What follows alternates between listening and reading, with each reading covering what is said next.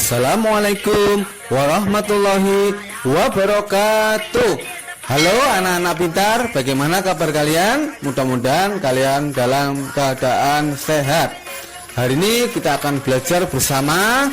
Sebelumnya marilah terlebih dahulu berdoa. Alhamdulillahirabbil alamin. Marilah kita mulai kegiatan belajar hari ini.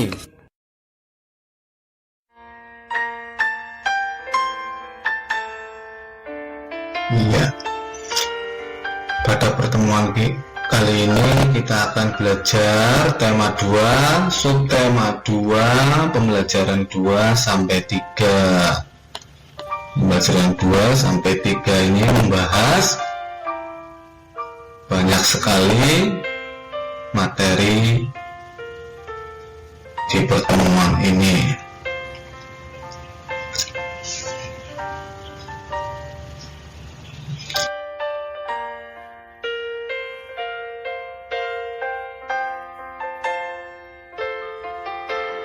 Kemerdekaan yang diraih oleh bangsa Indonesia tidak lepas dari makna yang terkandung dalam sila ketiga, yaitu persatuan Indonesia. Mengapa persatuan dan kesatuan penting? Apa yang akan terjadi jika negara kesatuan Republik Indonesia tidak bersatu? Ayo, mari kita pelajari.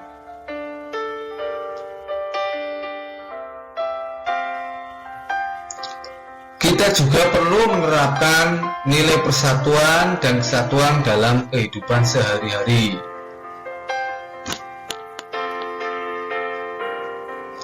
Dengan bersatu akan tercapai kehidupan yang damai, aman dan nyaman.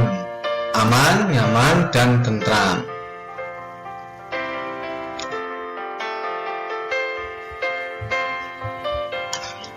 Salah satu penerapan nilai persatuan dan kesatuan adalah dengan melakukan kerjasama. Manfaat kerjasama sebagai berikut. Yang pertama, pekerjaan menjadi lebih cepat selesai. Yang kedua, pekerjaan terasa lebih ringan. Yang ketiga, memperkuat semangat persatuan. Jadi ada kaitannya antara persatuan dengan kerjasama.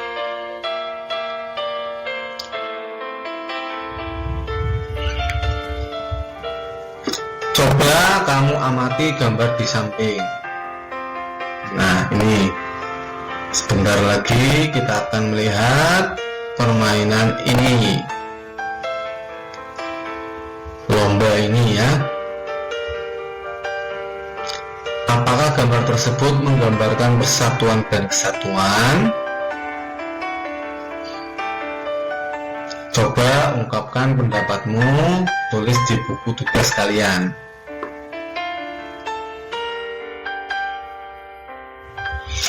Tahukah kamu bahwa kerjasama dan persatuan juga penting ketika kamu menampilkan tari secara berkelompok? Dalam sebuah tarian harus ada kerjasama antar masing-masing penari. Nah, di dalam tarian itu terdapat pola lantai. Gerakan dalam tarian daerah harus diperagakan secara selaras agar tarian tampak indah. Penari biasanya berpindah-pindah tempat atau berubah posisi melalui suatu gerakan. Perpindahan tempat tersebut mengikuti sebuah formasi yang disebut pola lantai. Dengan adanya pola lantai, tarian akan tampak lebih indah dan bervariasi gerakannya.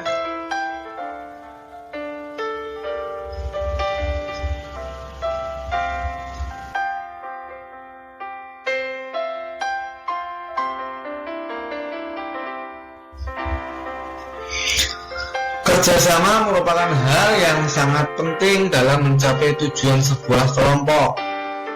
Apakah kamu pernah melakukan kerjasama untuk mencapai suatu tujuan?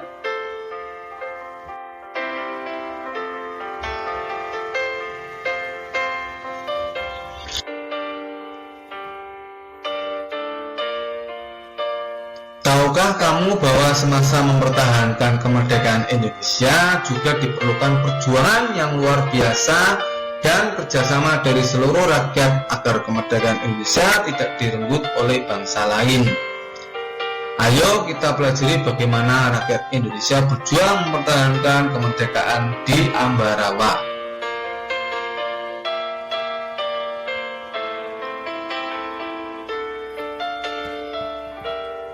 Silakan kalian baca teks pertempuran Ambarawa ini dengan cermat.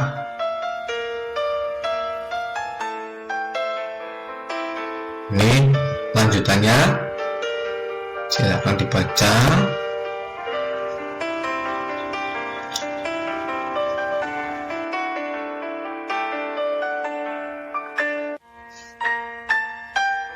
Lanjutannya juga.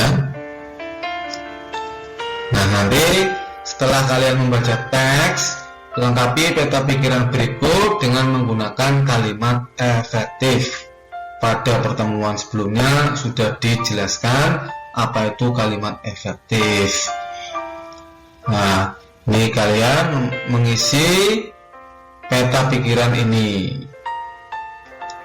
setelah membaca bacaan teks tadi di atas.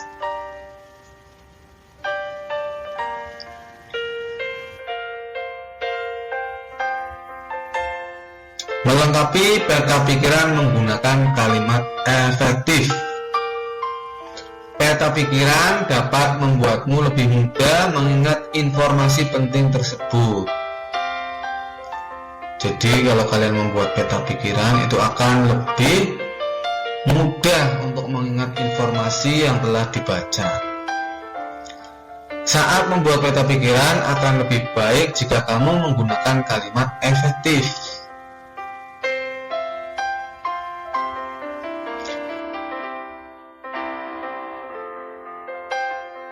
Tahukah kamu bahwa untuk memenangkan pertempuran di Ambarawa diperlukan kerjasama, persatuan, dan taktik agar bisa menang? Saya setuju. Ternyata prinsip kerjasama, persatuan, dan taktik juga diperlukan hewan dalam menyesuaikan diri dengan lingkungannya. Bagaimana hewan menyesuaikan diri dengan lingkungannya? Ayo kita pelajari. Kalian bisa amati ini gambar unta. Cara hewan beradaptasi terhadap kondisi lingkungan berbeda dan melindungi diri dari pemangsa. Cara hewan beradaptasi pada kondisi lingkungan tertentu. Unta merupakan salah satu hewan yang hidup di daerah gurun yang panas dan kering. Punuk berisi cadangan lemak yang dapat dipecah menjadi energi.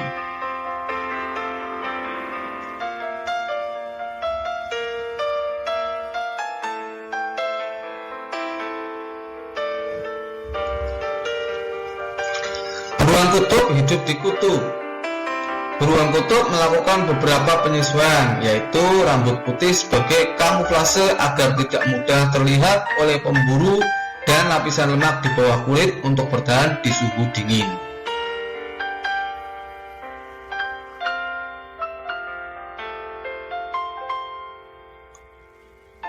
Cara hewan beradaptasi melindungi diri dari pemangsa. Bunglon memiliki kemampuan mimikri, yaitu kemampuan untuk mengubah warna kulit sesuai kondisi lingkungannya.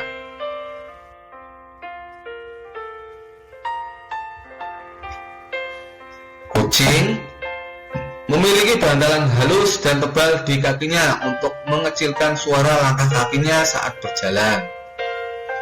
Bebek memiliki kaki berselaput sehingga dapat berenang dan mencari makan di perairan. Bisa berjalan di atas lumpur juga, tidak tenggelam. Penguin, bagian luar tubuhnya hitam, sedangkan bagian dalamnya berwarna putih. Warna pada kulitnya berfungsi untuk kamuflase. Ikan buntal memiliki kemampuan menggembungkan tubuh untuk melindungi diri. Menggembungkan tubuhnya menjadi kembung, menjadi besar. Selain itu, ikan ini juga memiliki duri-duri yang beracun pada tubuhnya untuk melindungi diri dari pemangsa.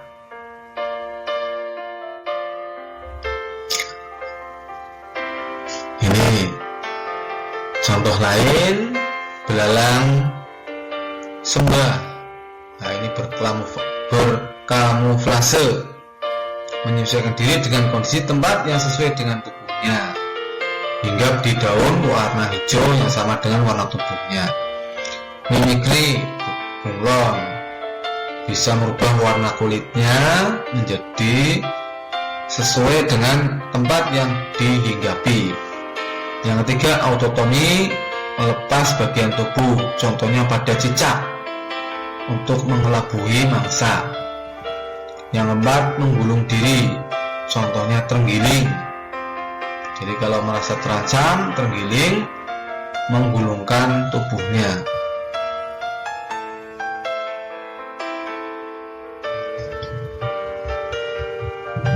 Jenis